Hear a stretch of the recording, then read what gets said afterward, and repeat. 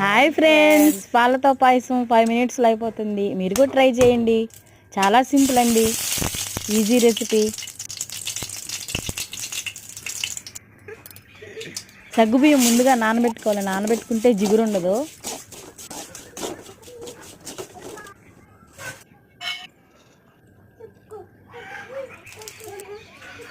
నా దగ్గర జీడిపప్పు లేవు, అందుకని ఎండు ద్రాక్షతో సరిపెట్టుకున్నాను.